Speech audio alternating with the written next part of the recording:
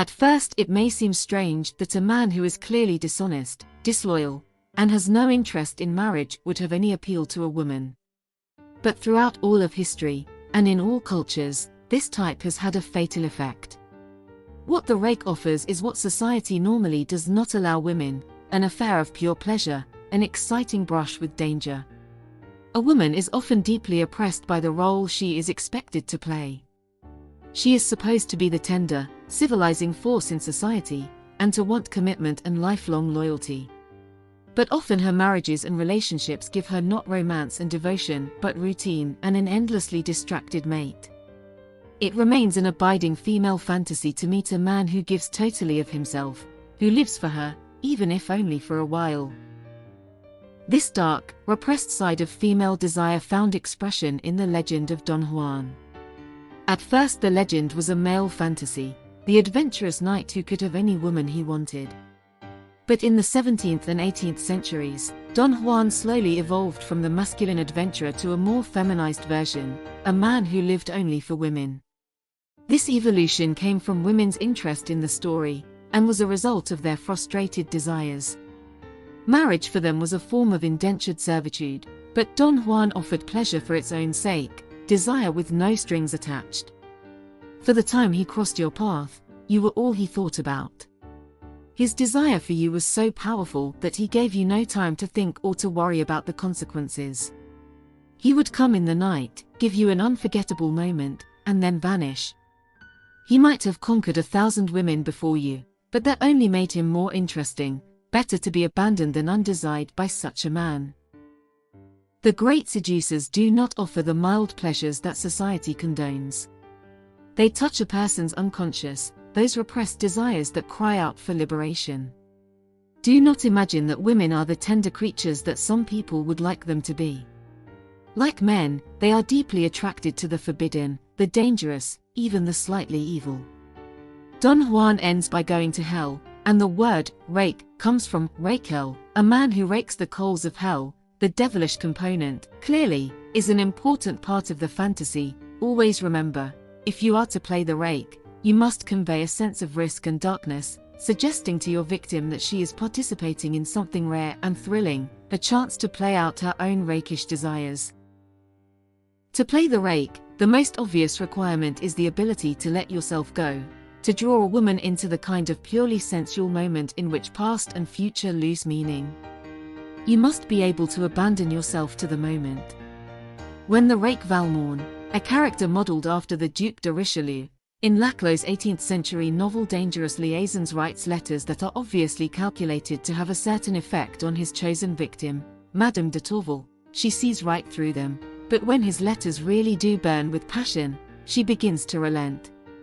An added benefit of this quality is that it makes you seem unable to control yourself, a display of weakness that a woman enjoys. By abandoning yourself to the seduced, you make them feel that you exist for them alone, a feeling reflecting a truth, though a temporary one. Of the hundreds of women that Pablo Picasso, consummate rake, seduced over the years, most of them had the feeling that they were the only one he truly loved.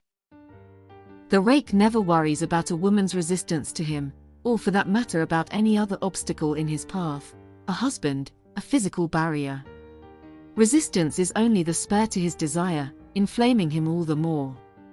When Picasso was seducing Françoise Gillet, in fact, he begged her to resist. He needed resistance to add to the thrill. In any case, an obstacle in your way gives you the opportunity to prove yourself, and the creativity you bring to matters of love. In the 11th century Japanese novel The Tale of Genji, by the court lady Murasaki Shikibu, the rake prince Niu is not disturbed by the sudden disappearance of Yukifune, the woman he loves. She has fled because although she is interested in the prince, she is in love with another man, but her absence allows the prince to go to extreme lengths to track her down. His sudden appearance to whisk her away to a house deep in the woods, and the gallantry he displays in doing so, overwhelm her. Remember, if no resistances or obstacles face you, you must create them. No seduction can proceed without them. The rake is an extreme personality. Impudent, sarcastic, and bitingly witty, he cares nothing for what anyone thinks. Paradoxically, this only makes him more seductive. In the court-like atmosphere of studio-era Hollywood, when most of the actors behaved like dutiful sheep, the great rake Errol Flynn stood out in his insolence. He defied the studio chiefs, engaged in the most extreme pranks, reveled in his reputation as Hollywood's supreme seducer, all of which enhanced his popularity. The rake needs a backdrop of convention, a stultified court, a humdrum marriage, a conservative culture, to shine, to be appreciated for the breath of fresh air he provides. Never worry about going too far. The rake's essence is that he goes further than anyone else. When the Earl of Rochester, 17th century England's most notorious rake and poet, abducted Elizabeth Mallet, one of the most sought-after young ladies of the court, he was duly punished. But lo and behold, a few years later young Elizabeth, though wooed by the most eligible bachelors in the country, chose Rochester to be her husband. In demonstrating his audacious desire, he made himself stand out from the crowd. Related to the rake's extremism is the sense of danger, taboo, perhaps even the hint of cruelty about him.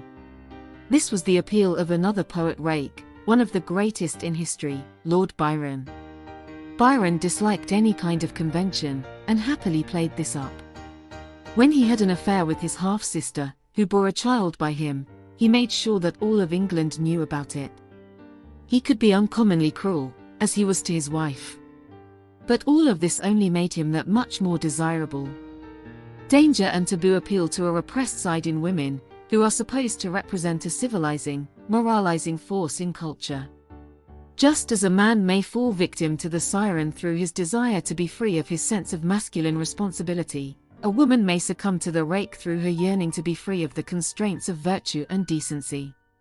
Indeed, it is often the most virtuous woman who falls most deeply in love with the rake. Among the rake's most seductive qualities is his ability to make women want to reform him. How many thought they would be the one to tame Lord Byron? How many of Picasso's women thought they would finally be the one with whom he would spend the rest of his life? You must exploit this tendency to the fullest. When caught red-handed in rakishness, fall back on your weakness, your desire to change, and your inability to do so. With so many women at your feet, what can you do? You are the one who is the victim. You need help. Women will jump at this opportunity. They are uncommonly indulgent of the rake, for he is such a pleasant, dashing figure. The desire to reform him disguises the true nature of their desire, the secret thrill they get from him. When President Bill Clinton was clearly caught out as a rake, it was women who rushed to his defense, finding every possible excuse for him. The fact that the rake is so devoted to women, in his own strange way, makes him lovable and seductive to them. Finally, a rake's greatest asset is his reputation. Never downplay your bad name, or seem to apologize for it. Instead, embrace it, enhance it. It is what draws women to you.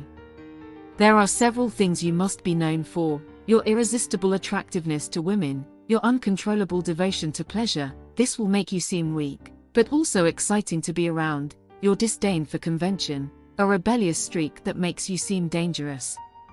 This last element can be slightly hidden. On the surface, be polite and civil, while letting it be known that behind the scenes you are incorrigible. Duc de Richelieu made his conquests as public as possible, exciting other women's competitive desire to join the club of the seduced. It was by reputation that Lord Byron attracted his willing victims. A woman may feel ambivalent about President Clinton's reputation, but beneath that ambivalence is an underlying interest. Do not leave your reputation to chance or gossip. It is your life's artwork, and you must craft it, hone it, and display it with the care of an artist.